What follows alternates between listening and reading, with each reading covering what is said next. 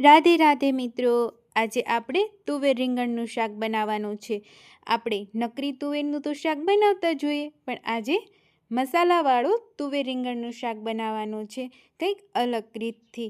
તો ચલો આપણે શરૂ કરીએ। એના માટે મેં 500 ગ્રામ જેટલી તુવેર લીધેલી છે અને રીંગણ લીધેલા છે। તો આપણે તુવેર ફોલી લઈએ। તુવેર ફોલવા માટે મેં અહીં મારા મોટા બા અને મારા દાદીને ફોલવા બેસાડી દીધા છે।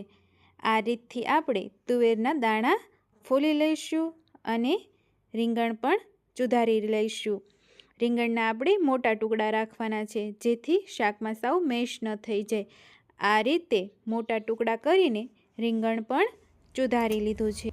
મેં અહીં 1 વાટકો તુવેરના દાણા અને 2 રીંગણ ચુધારીને લીધેલા છે। કુકરમાં 3 પાવડા જેટલું શીંગ તેલ ગરમ કરવા મૂકી દીધું છે। તેલ ગરમ થઈ જાય એટલે અડધી ચમચી રાઈ, 1 ચમચી જીરું, 5 ચમચી હળદર, 5 ચમચી હિંગ નાખી આપણે તુવેરના દાણા નાખી દેવાના છે।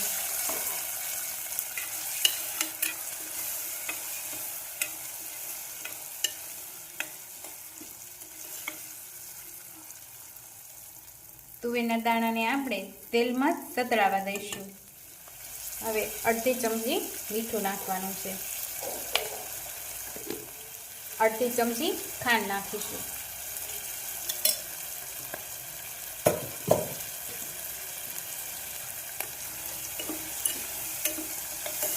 હવે તુવેરના દાણા તેલમાં થોડા બફાઈ જાય એટલે આપણે રીંગણ નાખી દેવાનું છે। રીંગણના ટુકડા આપણે મોટા રાખ્યા છે, જેથી સાવ બફાઈ ન જાય।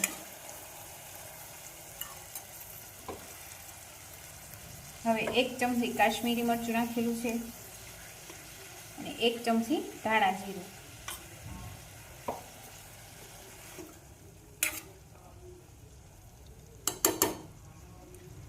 થોડી વાર તેલમાં જ આપણે બફાવા દઈશું।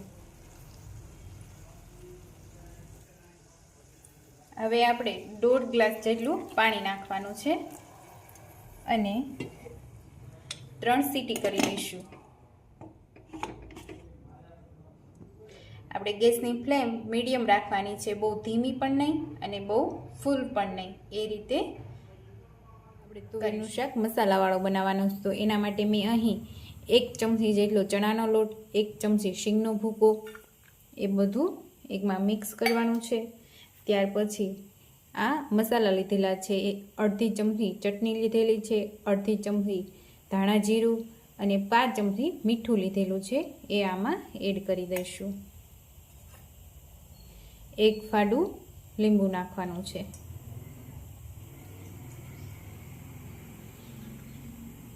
થોડા ધાણા,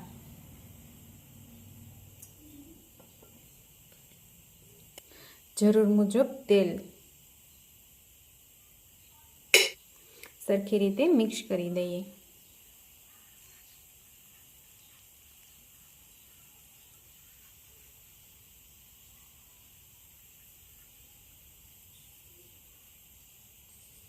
આ રીતનો મસાલો તૈયાર કરી લેવાનો છે।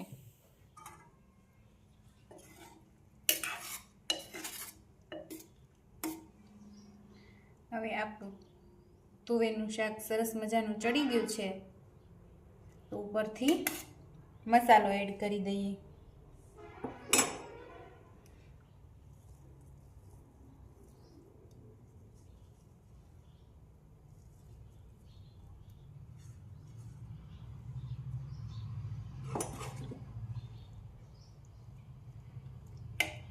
અને હળવા હાથે હલાવી નાખીશું।